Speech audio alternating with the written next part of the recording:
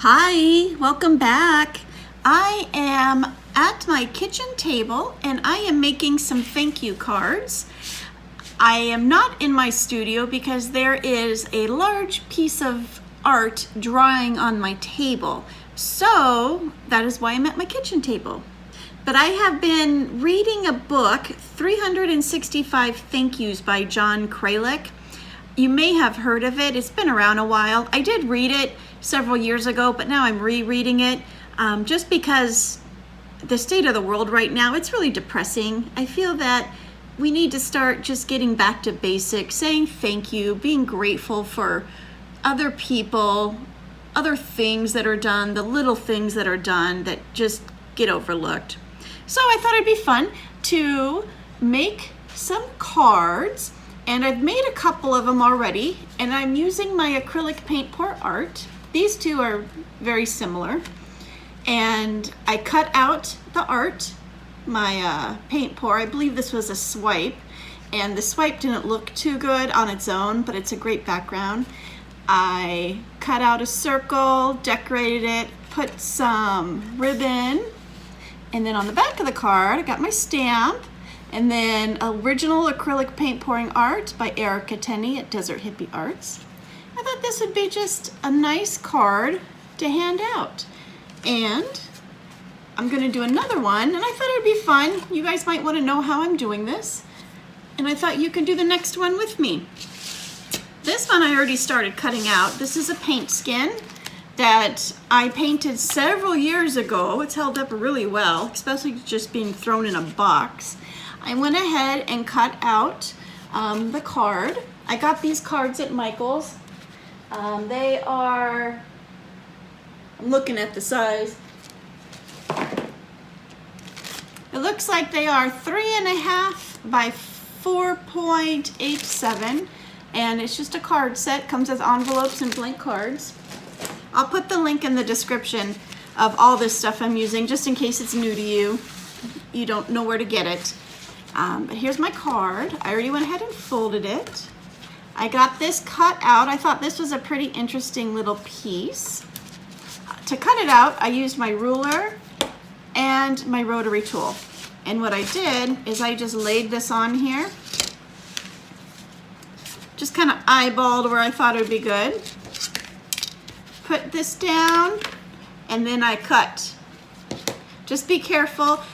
I probably should have marked it up when I cut it because it got a little wonky right here. It's not so straight, but that's okay. It's a handmade card, and actually the skin, you can see it dried a little ripply, so it's not even gonna lay flat. It's gonna be textured, which I think is really cool.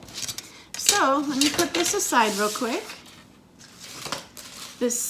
To adhere it, I had bought this tape runner. Got this at Michael's too. It's in the scrapbooking aisle, and it seemed to hold really well on those, so I'm just gonna keep going with it. I was thinking of doing like a tacky glue, but the glue on the paper, it might wrinkle a little more than I want it to, so that's why I'm gonna try this tape runner. This tape runner is probably a little more expensive of an option, but if it holds, I'm happy. Okay, so I put the tape, just hold it, just like you saw. And I went down the sides and a little in the middle too, because since this is textured, I want to be sure it has a good fit. And I'm just gonna line it up. And the lighting in here is a little off because it is my kitchen. I don't have my studio lighting in here. And just press it down, and then look, it's holding really well. It's gonna take a lot to get that off. And it's neat because I don't know if we can see it, how textured it is. Because when I did this as a dip pour, where I put the paint on a piece of paper and then I dip the canvas in it, and I always put too much paint down. So this did dry heavy and thick because of all that paint. But look how, that looks cool on its own, doesn't it? So now I need to decide if I want it to be a landscape or a portrait. And this, I almost like it as a landscape because I think this is kind of a interesting little piece right there. And then the green up here. And what I did with the other one is I added some ribbon to the top right here because it was uneven and I wanted to cover it. But I'm thinking that this is actually pretty good. So you could do that. Let's see what it's gonna look like. Because maybe I can just put the ribbon up here or maybe down here. And to put the ribbon down, I measured it out. I put some glue. I use the tacky glue and I just use a little bit. So let me double check what I want to do. Because maybe I do just want to keep it up top. And this one's a little more sheer, so I'll probably use a little less glue. You just want it to tack on and make sure it's adhered, so it's not going to move. You don't need to make it earthquake proof or anything like that. So I'm just going to put a little bit down here. And push this right here. Remember, less is more. You don't need a ton. And here's a stray. Let me just chop these off real quick. And a little bit more right here.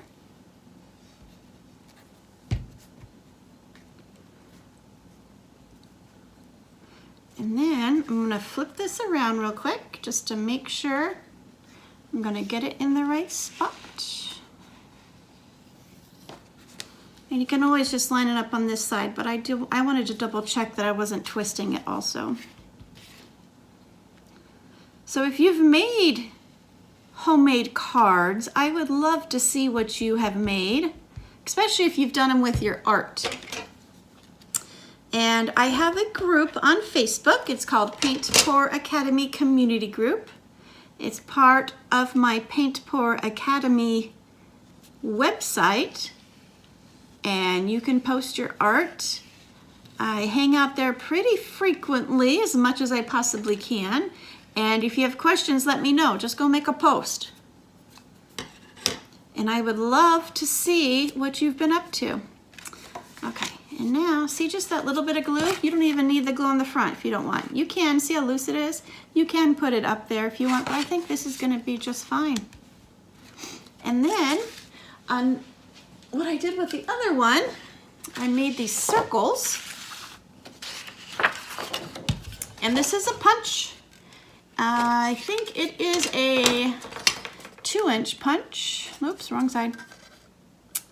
Looks like a 2.5-inch punch. And I got this at Michael's also. I get a lot of my stuff at Michael's and Amazon. I used to be an assistant manager at Michael's for several years. So when things went on sale, I got to see firsthand and I bought things. And I bought too many things, just like you probably did. And now I'm very happy I get to use them. So this, let me see, actually in the middle right here would be really good. Okay, so this little tool is by Tim Holtz. He works for Ranger, and if you don't know who he is, go look him up. He's amazing, does a lot of grunge scrapbooking. But this is a distressor, and it's an edge distressor. And all you do, it's got these little razors all in here, so it's very safe, which is good for me because I'm always hurting myself. And you just scrape it against the edge of the paper and it distresses. Just be careful that the paper, you can see I'm kind of bending it a little because I'm holding it too hard. It does take a little practice, but it's actually very therapeutic. Shredding and distressing paper. And you see how that chunk came out a little bit? That's okay. It's part of the distressing process. And look at, there you go. I don't know if you can see proper, but it's all distressed. Looks a little grungy. And I have my little color box, pigment. This is my little cat's eye stamper. Go on the edge. We're just gonna highlight it a little bit.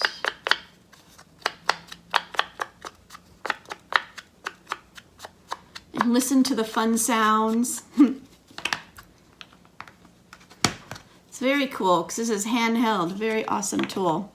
So we have our little circle distressed, and now I have Grateful for You.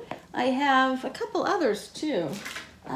Thank you, thanks a million, and thanks. So I think between these, you know what? I'm going to do this one this time. And get my stamp. This is just Stays On Stamper, Jet Black. Of course, any color you want to get. This is just what I have. I'm trying to use what I have and not go buy more. So as long as it's still usable, why not? And then we're going to place it on here and push down. Don't rock it. A lot of people like to rock it. Just push. And there you go. Excuse me. Thank you. And now I need to decide. I do like that piece.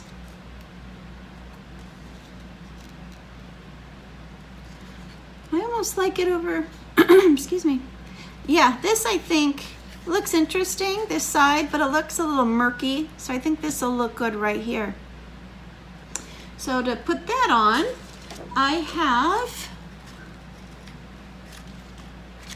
these are adhesive foam dots, and these Michaels, I got them in Michaels. They also come in rectangles if you like. I just thought the dots were fine. I have no preference. They were the first ones I grabbed.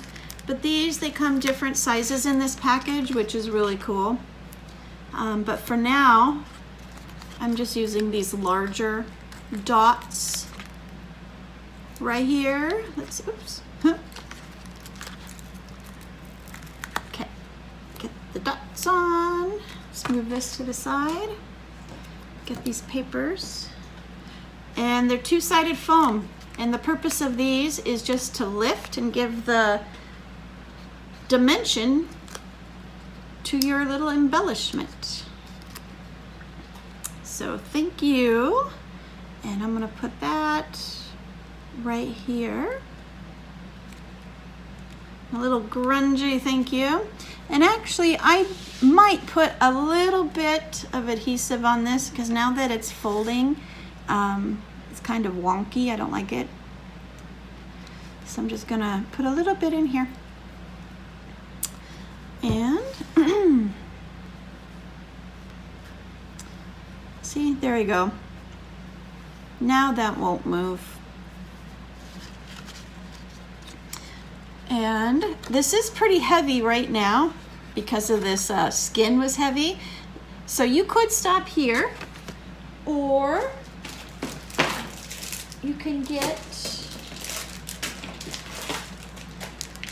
stickers, and we can just embellish it a little bit more. So the possibilities are really endless, what you can do, and you could spend a lot of time on one card. So that the choice is up to you. For this, I'm just gonna see what it looks like because I do like bling. And actually, I think that does look really cool. Okay, so we are gonna do that. I'm gonna measure it out, and I'm just gonna clip it. This particular sticker line I did get at the dollar store, the once upon a time dollar store, and now the $1.25 store. But I did get them there. So there's another, oh, look how pretty that looks.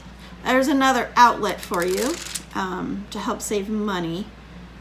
But definitely try to look in your own scrap rooms, your own collections, and see what's available before you start going buying new stuff. Look at a little bit of bling with the grunge. Very awesome. I love it. I love it already. Okay, so set this aside. So now that we got the front done, I'm gonna go ahead and do the back. I'm gonna open it up a little bit, and it's just another stamp that says homemade with love by. So I'm gonna stamp and ink it. And once again, I'm just gonna eyeball the center because it is a handmade card. I'm gonna just place it, don't rock it, just push. Push for a moment, lift, and then I'm gonna make sure and put my other card in front of me to make sure I write the same thing. Handmade with Love by Erica. And then original acrylic paint pour art by Erica Tenney at Desert Hippie Arts. I'm just put a little heart behind that one. And there we go. Homemade card. I think this is so much fun, and I love this idea, and I do hope this helps you. Can write my little message in here. Double check postage though, because you know, heavier cards cost a little bit more money. And the envelope, if you wanted to embellish the envelope, you could, but I'm probably not going to embellish the envelope. I think less is more, especially when I've done so much with this. And I'm just going to fit this in. Make sure I haven't gone too crazy with my card. Yep, just oh, right here. Yep, got to double check these chunky little embellishment areas because they're gonna lift up. There it goes. Fold it. And wouldn't someone love just to get a handmade card that you made with your art? So I hope this has helped you. Definitely go to my Facebook group, Paint Pour Academy community group, and share with me what you're making and what your ideas are with the leftover acrylic paint skins. I would love to see what you're up to. So thank you so much for supporting my channel, for hanging out with me a little bit. And I will see you in the next video. Have a good day.